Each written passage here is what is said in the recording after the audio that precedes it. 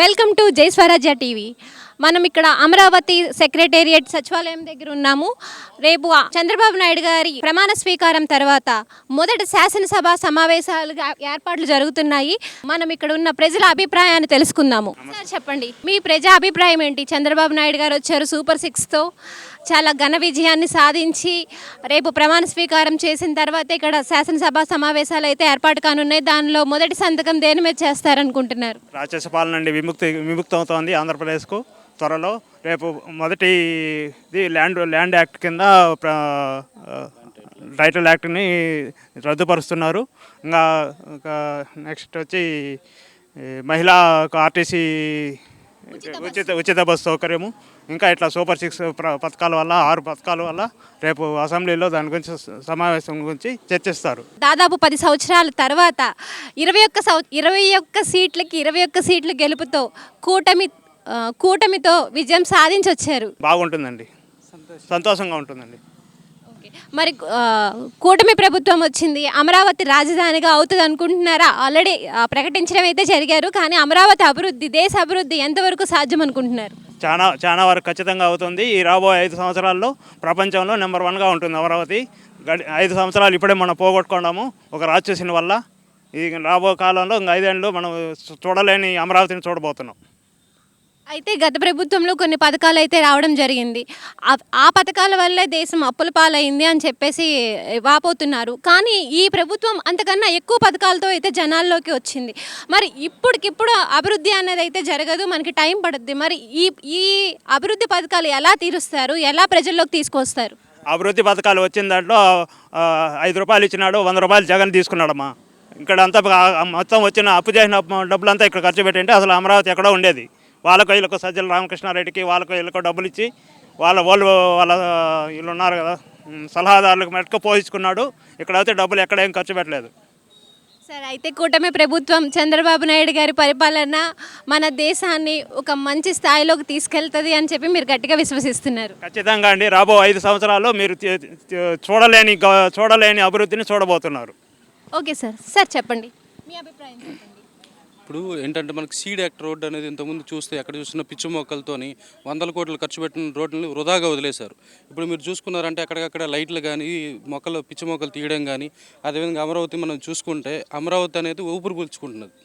Sir, నిజంగానే land titling act అనేది ఒకవేళ నిజంగా జగన్ గారి పరిపాలన వచ్చి అలాంటిదే ఒకటి స్కీమ్ మన జనాల్లోకి వస్తే దానివల్ల నిజంగా ప్రజలు నష్టపోతారా? 100కి 100% మేడం. ఎందుకంటే ల్యాండ్ టైటిల్ యాక్ట్ ఏంటంటే భూమి మీదే, కానీ ఆస్తి పత్రాలు మీవి కాదు.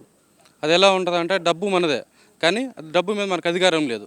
అదేవిధంగా భూమి మీద కూడా అదే సిచ్యువేషన్ అనేది ఉంటుంది. రేపు పొద్దున్న వాళ్ళు అమ్ముకోవచ్చు, దాన్ని తీసుకెళ్ళి తాకట్టు పెట్టుకోవచ్చు. ప్రతి నెల మనం తీసుకుంటే ప్రతి నెల కూడా డబ్బు తీసుకొచ్చి ఇక్కడ అప్పులు తెచ్చేసి ఇక్కడ ఎంప్లాయీస్కి అనేది శాలరీలు ఇచ్చేవాడు. రేపు పొద్దున ఏం చేస్తారంటే మీ భూమిని తీసుకెళ్ళి తాకట్టు పెట్టేసి దాని మీద తీసుకొచ్చే డబ్బులతో శాలరీలు ఇవ్వడం, లేదంటే మెయింటెనెన్స్ చేయడం, దినదిన ఖర్చులకు కూడా అప్పులు తీసుకొచ్చి చేసే పరిస్థితి వచ్చేది. అయితే మహిళలకి ఉచిత బస్సు అనే పథకం ఇప్పుడు వస్తుంది, కానీ చాలామంది అభిప్రాయం ఆల్రెడీ తెలంగాణ ఎదుర్కొంటున్న సమస్య, బస్సులో ఆడవాళ్ళు ఎక్కువ ఆర్టీసీ డ్రైవర్ని కూడా తోసేసి ఆయన సీట్ని కూడా తోసేయడం అన్నది మనం చూస్తున్నాము. అలాగే మన మెట్రో కూడా కొన్ని నష్టాల్లో ఉంది, మేము మూసేస్తాము అని చెప్పి ప్రకటించడం చూస్తున్నాము. ఇప్పుడు ప్రస్తుత సిచ్యువేషన్లో ఆర్టీసీ బస్ ఛార్జీలు కూడా పెరిగినాయి. అలాంటి ప్రభావాలు మన రాష్ట్రంలో నెక్స్ట్ మనం అలాంటి ఫేస్ ఎదుర్కొంటామా? ఇక్కడ అటువంటి సిచ్యువేషన్ ఉన్నది మేడం. ఎందుకంటే ఆంధ్రాలో అమ్మాయిలు కానీ లేదంటే లేడీస్ కానీ చాలా స్వామ్యులు, తెలివైన వాళ్ళు. ఎవరైతే బయటికి వెళ్ళాలి వాళ్ళ ఉద్యోగం కోసం లేదంటే పని ఉంటేనే వెళ్తారు తప్పితే ఊరికే వెళ్ళి తిరిగేది అనేది ఉండదు. ఇప్పుడు మీకు హైదరాబాద్ అనేది చూసేది మెట్రోపాలిటన్ సిటీ. అక్కడ లేడీస్ అని జెంట్స్ అని ఏం తేడా ఉండదు, అందరూ జాబ్ చేస్తారు, అందరికీ రిక్వైర్మెంట్ అనేది ఉంటుంది. కాబట్టి ప్రతి ఒక్కరు బయటికి వెళ్ళాల్సిన పరిస్థితి అక్కడ ఉన్నది. అది జనరల్గా ఏంటంటే ఇప్పుడు మీకు అక్కడ బస్ పాసులు ఇంత ముందు కూడా ఉండేది, సేమ్ ఇక్కడ మహిళలు ఏదైతే ఉండదో అదే అక్కడ కూడా ఉండేది.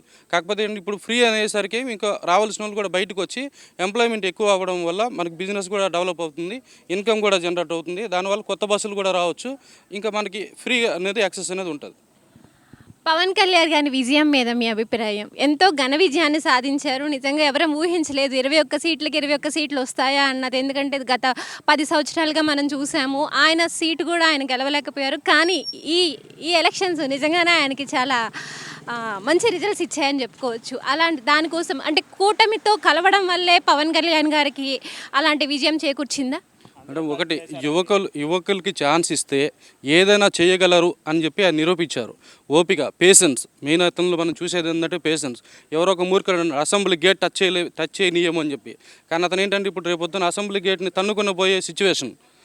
ఆ విధంగా పవన్ కళ్యాణ్ ఏంటంటే కుర్రోడు కాబట్టి అతని ఆలోచనలు కానీ ఆ విధంగా మనకి ఉపయోగపడతాయి, కానీ ఆచరణలో పెడితే ఇంకా బాగుంటాయి. కూటమి ప్రభుత్వం రాష్ట్రాన్ని అభివృద్ధి చేస్తుంది, మేము రాక్షస పాలన నుంచి విముక్తి పొందాము, చంద్రబాబు నాయుడు గారు మా బాధల్ని తీరుస్తారు, అమరావతిని రాజధానిగా చేస్తారు అని చెప్పి ఇక్కడ ప్రజల అభిప్రాయం అయితే మనం చూస్తున్నాము. నా అభిప్రాయం అంటే రేపు మా ఆంధ్రప్రదేశ్ సీఈఓగా మా పెద్ద ఆయన నారా చంద్రబాబు నాయుడు గారు రేపు ఆంధ్రప్రదేశ్ నూతన సీఈఓగా రేపు ప్రమాణ స్వీకారం చేస్తున్నారు. చేసిన తర్వాత మా అమరావతి అభివృద్ధి ఏంటో, తర్వాత రైతులకు సహాయం అందించడం ఏంటో రేపు చూస్తారు. రేపటి నుండి మా సీఈఓ గారు డ్యూటీ ఎక్కినప్పటి నుండి చూస్తారు ఎలా డెవలప్మెంట్ ఉంటుంది. అభివృద్ధి అంటే ఏమి, సంక్షేమ పథకాలు ఎలా సంక్షేమ పథకాలు ఎలా అమలు చేయాలి, అభివృద్ధిని ఎలా చేయాలని, పథకాలతో పాటు అభివృద్ధిని కూడా సాధిస్తారు అంటే ఖచ్చితంగా సాధిస్తారు. అది ఒక మా సీఈఓ గారికే చెందుతుంది. మిగతా ఎవరు ఈ ప్రపంచంలోని ఏ వ్యక్తి ఆ విధంగా చేయలేడు.